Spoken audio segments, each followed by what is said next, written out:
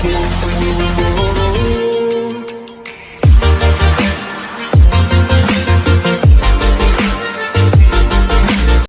warahmatullahi wabarakatuh. Perkenalkan, nama saya Riman Halgandi, NPM 719212869. Baik, di sini saya akan menjelaskan tentang pembangunan koperasi dan perundang-undangan.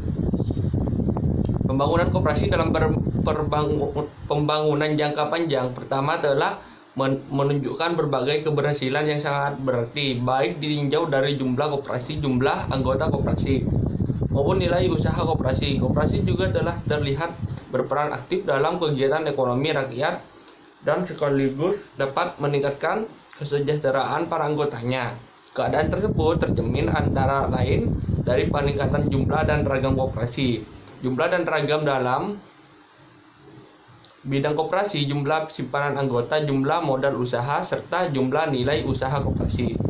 Kemajuan pembangunan koperasi ini cukup menggembirakan karena telah menunjukkan bahwa koperasi sebagai gerakan ekonomi rakyat dan badan usaha semakin berperan aktif dan terlibat lebih luas dalam berbagai kegiatan ekonomi serta sekaligus telah meningkatkan kesejahteraan para anggotanya yang pada umumnya masih terbatas kemampuan ekonominya. Keadaan ini antara lain merupakan hasil dari berbagai kebijaksanaan perkoperasian, kebijaksanaan makro, dan sekaligus peran tersebut ditempuh melalui program pembinaan kelembagaan koperasi dan pelatihan magang, penyuluhan dan penerangan, pembinaan dan konsultasi, serta ditunjang pula dengan berbagai kegiatan penelitian perkoperasian serta kebijakan makro, baik di bidang fiskal, moneter maupun sektor real berupa pengkreditan, substitusi atau proteksi sesuai dengan tahapan pembangunan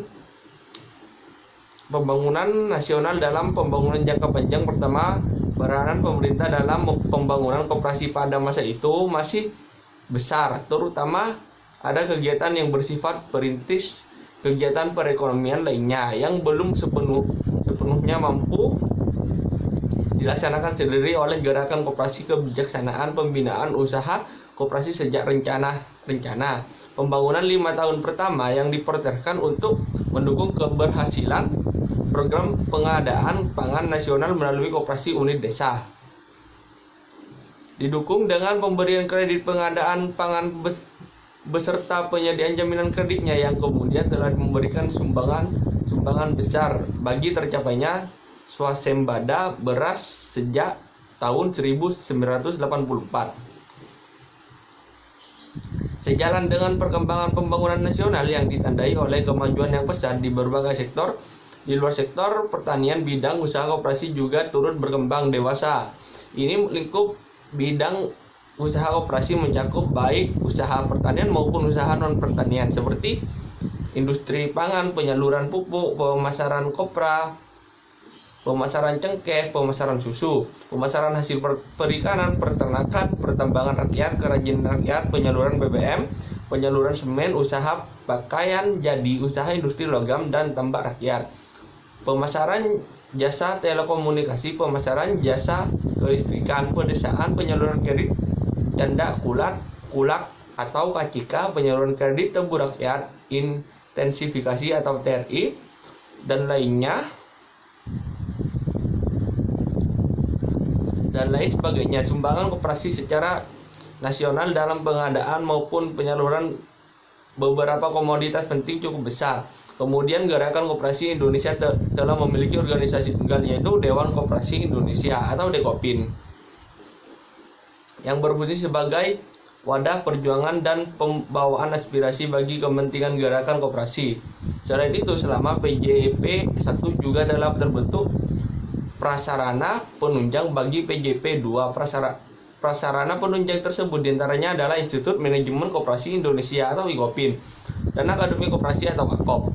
Sebagai lembaga pendidikan pencetak sarjana dan kader pembangunan koperasi yang ahli di bidang manajemen koperasi, pada saat itu telah berdiri Pura Koperasi Jasa Audit atau KJA yang tersebar di 20 provinsi dan berfungsi sebagai pusat pelayanan jasa audit, jasa bimbingan dan manajemen, serta jasa pelatihan di bidang asuransi. Gerakan koperasi juga telah memiliki Koperasi Asuransi Indonesia atau disingkat KAI KAI.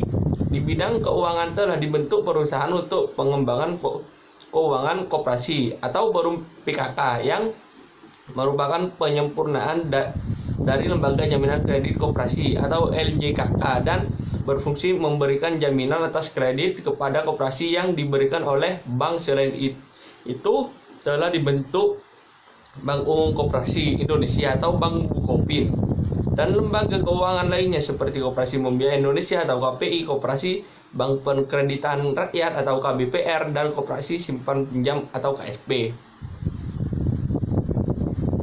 Tantangan, kendala, dan peluang dalam pembangunan koperasi.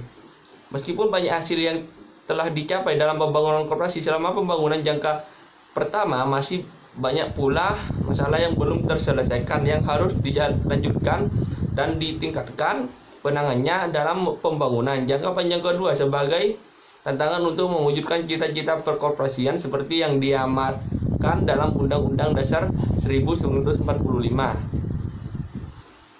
Hingga saat ini, karena berbagai alasan ekonomi dan non-ekonomi, koperasi pada umumnya belum dapat melaksanakan sepenuhnya prinsip koperasi sebagaimana yang telah dicita-citakan, sehingga koperasi sebagai badan usaha dan gerakan ekonomi rakyat belum dapat mengembangkan sepenuhnya potensi dan kemampuan dalam memajukan perekonomian nasional dan meningkatkan kesejahteraan anggotanya.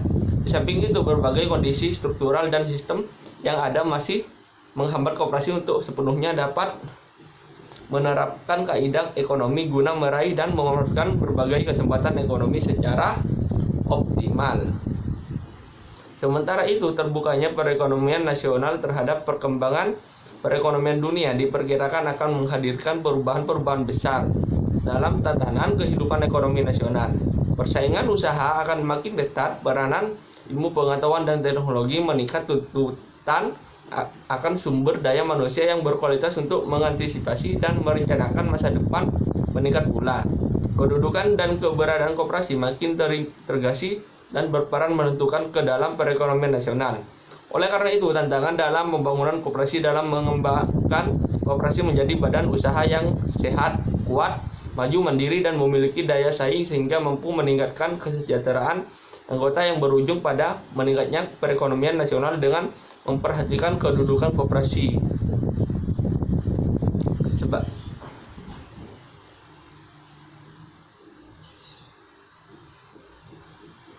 Sebagai sokong guru perekonomian nasional maupun sebagai bagian integral dari tahanan perekonomian nasional, peran koperasi sangat penting dalam menumbuhkan dan mengembangkan potensi ekonomi rakyat. Dalam hal ini, koperasi sebenarnya memiliki ruang gerak dan kesempatan usaha yang luas.